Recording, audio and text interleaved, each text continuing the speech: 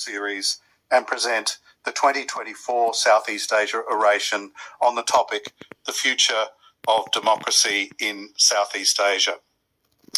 Mr. Peter Limjaroenrat, MP, is a Thai politician and businessman and is currently a member of the Thai House of Representatives. Kun Peter has been involved in politics since 2004 and previously led the Move Forward Party, the most ambitiously progressive in Thailand's electoral history, to win a plurality of seats and become the largest party in the general 2023 election. He has also worked in the business sector, holding executive positions with the Boston Consulting Group and the CEO of AgriFood.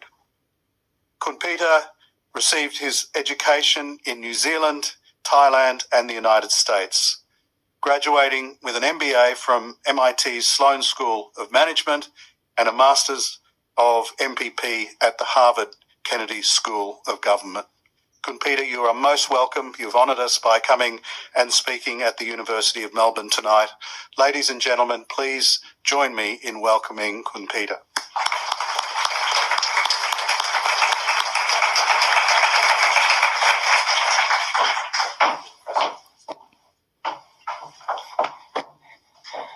Thank you, Professor Wesley, for that introduction. I think you're far too kind.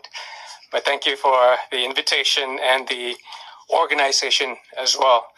Let me begin by acknowledging a few people. Obviously, Professor Wesley, Professor Hadis, Ms. Martine Letts, and also Mr. McMullen, among other distinguished guests that's in the house with us tonight.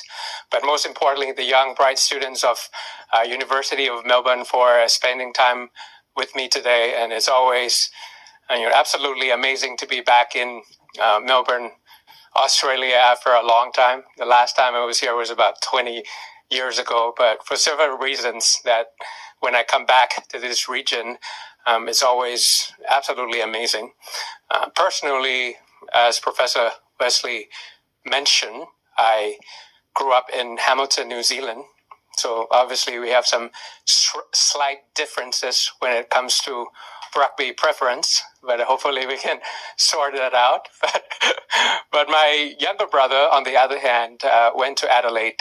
He went to visit me in the 1990s in Hamilton, and he saw the stark contrast between Bangkok and Hamilton, and he negotiated with my father, ended up in Adelaide. At least they had a lot of penfolds during the time, so that's why I also had to stop by Melbourne and take a road trip together with my family to see my brother.